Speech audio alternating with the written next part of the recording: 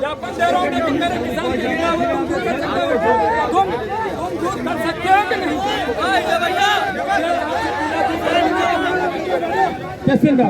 यदि तुम चले भी गए। मंदसौर में किसानों की फसलों में एक अजीब बीमारी लग गई है, जिसके कारण फसलें पीली और खराब पड़ रही हैं।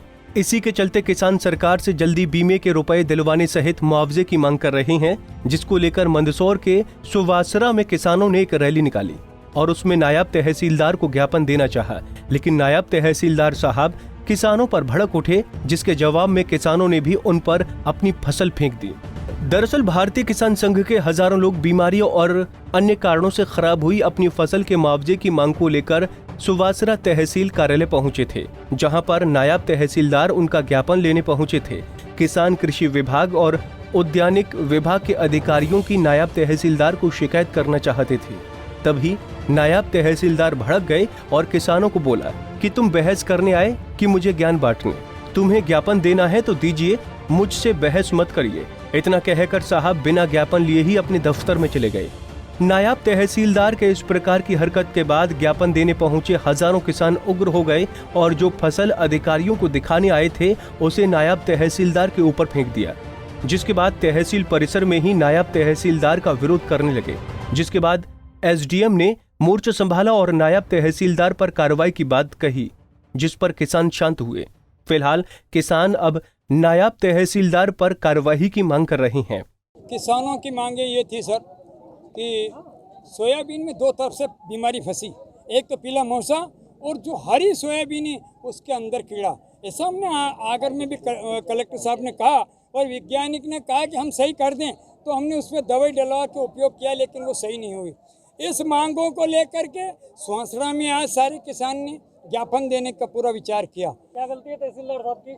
तहसीलदार साहब का रवैया आपके क्या कहूँ, ये लोग फिर आप बताएं क्या? तहसीलदार ने कहा कि तुम भेष करने के लिए आए हो यहाँ पर कि ज्ञापन देने के लिए आए हो? मैंने कहा साहब मैं भेष करूंगा तो आपके पास जवाब नहीं है, तुमको भी नंगा कर दूंगा, तहसीलदार को भी नंगा कर दूंगा, ये मैंने कहा।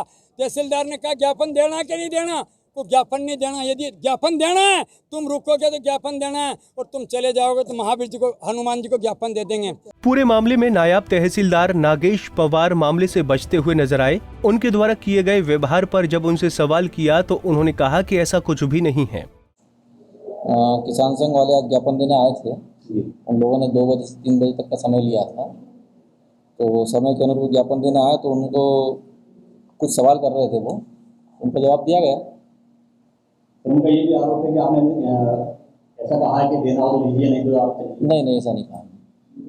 तो आपके ना मुर्दाबाद के नारे लगे हो क्यों लगे? वो उनसे पूछिए आप मतलब जो रोड देखा गया है किसानों का, उसके बाद में नारे लगे थे सर? नहीं ऐसा कुछ नहीं। क्या नाम है आपको?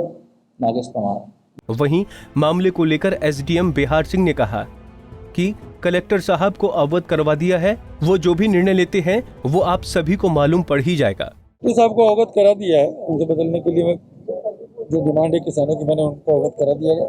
इसमें अंतिम निर्णय कलेक्टर साहब लेंगे, जैसा निर्णय होगा आप लोग को अवगत हो जाएगा।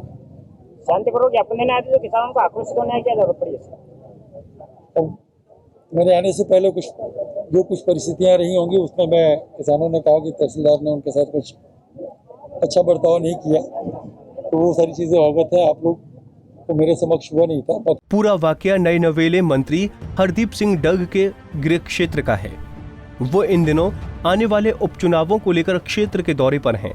इस दौरान उन्हीं की विधानसभा के नायब तहसीलदार अन्नदाता के साथ ऐसा अनुचित व्यवहार कर रही हैं।